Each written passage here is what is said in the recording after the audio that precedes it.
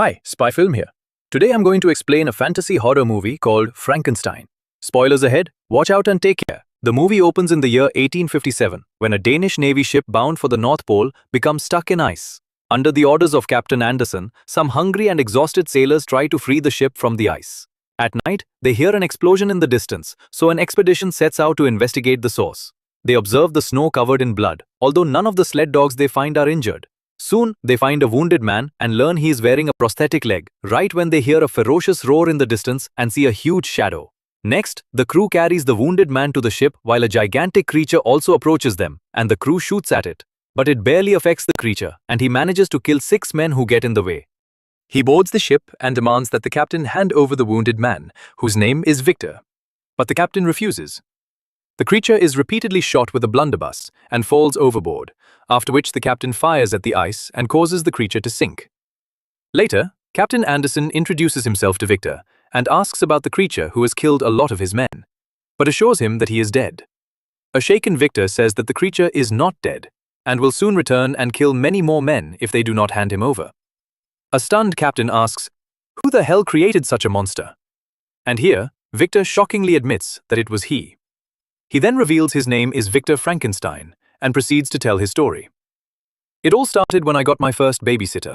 The scene then cuts to a flashback of Victor's childhood, where we see how his father is a baron and an eminent surgeon who married Victor's mother mostly for convenience because of her considerable dowry and noble lineage. It turns out the father is almost absent from their lives, so most of the time Victor spends time with his mother, whom he loves more than anything. The father seems to despise them both, and he often gives medical lessons to Victor to make him a doctor like himself. If the boy cannot answer properly, the father proceeds to brutally beat him as punishment.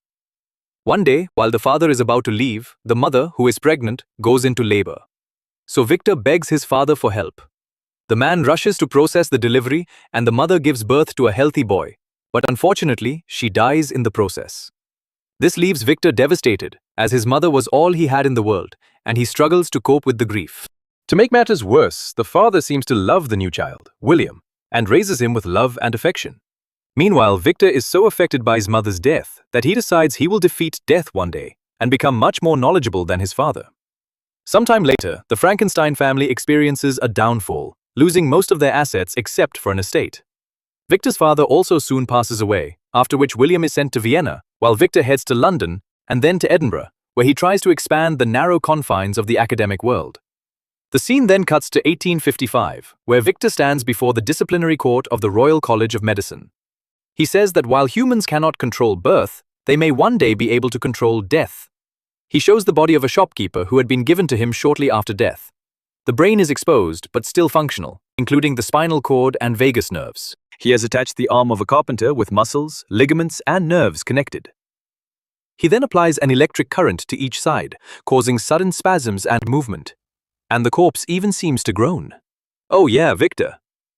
However, the disciplinary committee states that this is a circus act, and they consider it an abomination, believing that it is God who gives life and takes it away. Victor is expelled from the academy. However, a man who has been observing all of this approaches him afterward. He introduces himself as Heinrich Harlander and reveals that his niece, Elizabeth, is getting married to Victor's brother, William. Harlander asks him if he truly believes he will be able to reconstruct a man and bring a completely new body to life. Victor says yes, after which Harlander explains that in 3 days they will meet with William and Elizabeth, and that day will change his destiny, as he will show them something extraordinary. Days later, Victor meets Harlander, who shows him 4 anatomical plates with detailed drawings of nerves, veins, and arteries from dead bodies. He then reveals a 5th plate, made of real flesh attached to wood. It comes from a skinned corpse preserved with resin, showing deeper parts of the body, including the area around the heart. Harlander says this could lead to healing, regeneration, and even eternal life. Victor agrees it may be possible. So Harlander offers him unlimited support and resources for his research, but doesn't reveal his motive behind it. Just then, William and Elizabeth arrive, and the brothers are excited to be reunited after a long time. They all sit down for a meal together, but the mood soon turns tense when Elizabeth calls Victor foolish for his bizarre experiment. A few days later, Victor travels with his brother and Harlander to a remote place where there is a tower built as a water filtration plant to irrigate the fields. Victor now has everything he needs. including a pure silver lightning rod and strong bodies of men who are about to be executed. Later, in a street market, he comes across Elizabeth, so he follows her to the church and sees that she's going to confession. He sneaks into the confessional, pretends to be a priest, and speaks to her. During this, Elizabeth speaks badly about her fiancé's brother, saying he is a grotesque man who tries to manipulate everything and everyone around him. That, however, it turns out to be a joke, as Elizabeth had already seen him following her. "Guess I probably shouldn't have confessed to the necrophilia thing then," says Victor. The two then go out to eat, and they even dance together, leading to them having a great time. In the following days, Victor sets up his workshop and asks William to supervise everything, while he returns to the city and continues seeing Elizabeth, during which time he starts developing feelings for her. One day, Hollander informs Victor that in a week there will be a nearby battle with many mangled bodies. Victor now only has a week to prepare everything, which puts him in a desperate situation. One day, Elizabeth arrives at his lab, and Victor finally confesses his feelings for her. But Elizabeth makes it clear she had already chosen William and runs away. As Hollander indicated, a battle takes place very close by, causing numerous corpses to lie in the snow. Victor focuses on those that are still well preserved, especially tall bodies with long limbs and intact heads. He takes them back to the lab, where he dissects and rebuilds a body using selected parts, discarding the rest. One day, while the two are alone in the tower, Victor learns that Hollander is sick with syphilis and takes mercury for it. It turns out that this is the reason Hollander is funding the research, as he wants his brain to be placed into a new, perfect body so that he can live longer. Hearing this, Victor is horrified and refuses. "I can cure a dick of death, but not syphilis," which leads to a huge argument between them. Victor climbs to the top of the tower, where he places the lightning rod, while Hollander offers to give him everything he wants, including even Elizabeth, but Victor still refuses. Desperate, Hollander takes an important lightning rod essential for the experiment, so Victor tries to take it back. During the struggle, Hollander slips from a shaft, and, even though Victor tries to save him, the old man eventually dies. Victor is horrified, but he moves the body and collects the lightning rod, which he places on the creature's head. Soon, a huge lightning strike hits.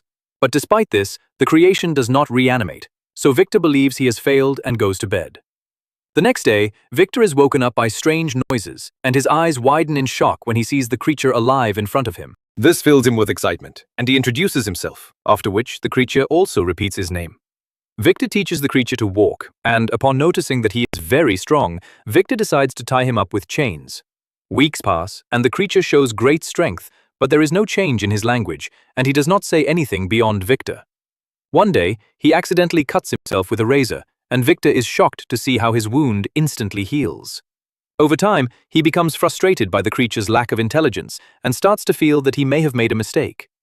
Days later, William and Elizabeth arrive at the tower and ask about Hollander. Victor tells them that he'll be back in a few days and tries to act normal. While the brothers are busy, Elizabeth hears noises from the basement, so she goes to investigate and is shocked to find the creature. She is fascinated by him, and he is also stunned, as he has never seen a woman before. She then shows him her face and lets him see her delicate hands while she inspects his scars. "Do you know how I got these scars?" Later, Elizabeth confronts Victor about the strange man in the basement. So he explains to her and William that this is his creation. He explains that the creature is strong and aggressive, so he is chained up for the safety of everyone. That evening, Elizabeth again arrives at the basement to meet the creature, during which he gives her a leaf as a gift. She says his name and asks him to repeat it, and he does so, but only after she leaves. Later, Victor becomes jealous that Elizabeth went to see him again, and tells her she should not approach him as he does not have intelligence.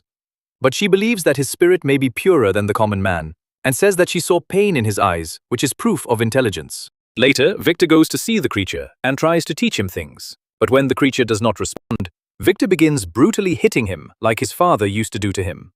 In the end, the creature becomes so angry that he grabs the rod and brutally bends it, which scares Victor.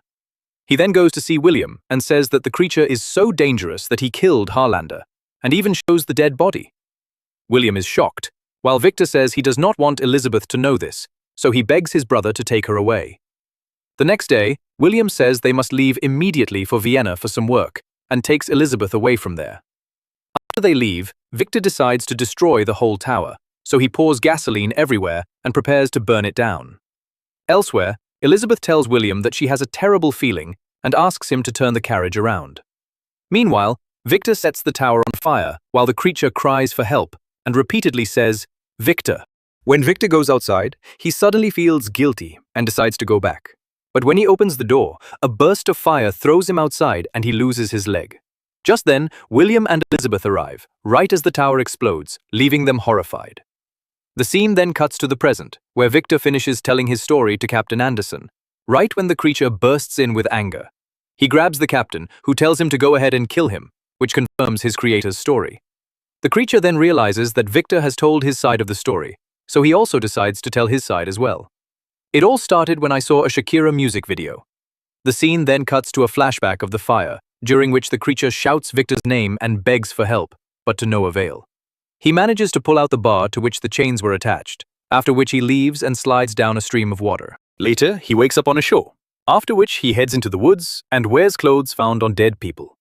He encounters some hunters who proceed to shoot him, but the creature is instantly healed by the shot and soon arrives at a nearby farm to hide.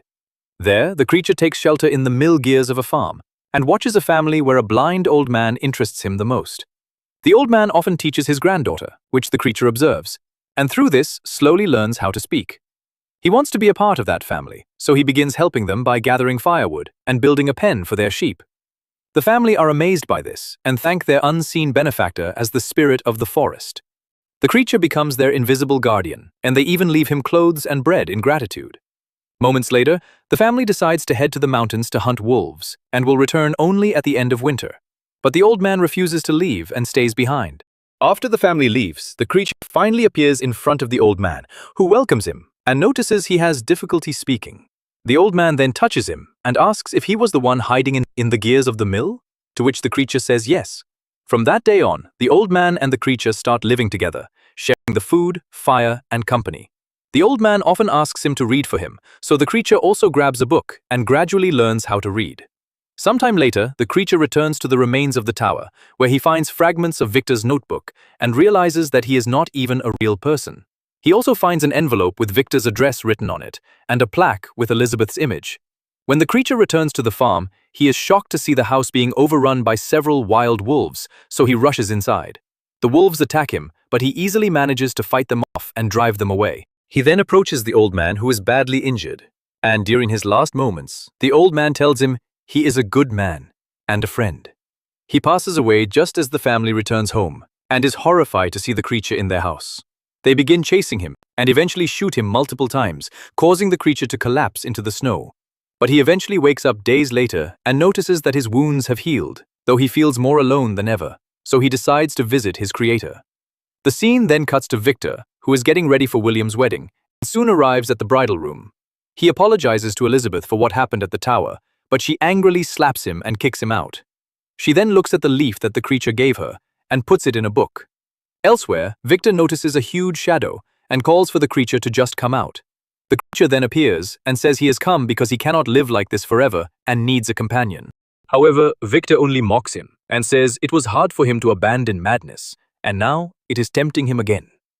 The creature reminds him that he can neither die nor live, but when Victor shows no compassion, the creature becomes very angry. He throws Victor against a piece of furniture, and the sound is heard by everyone in the hall.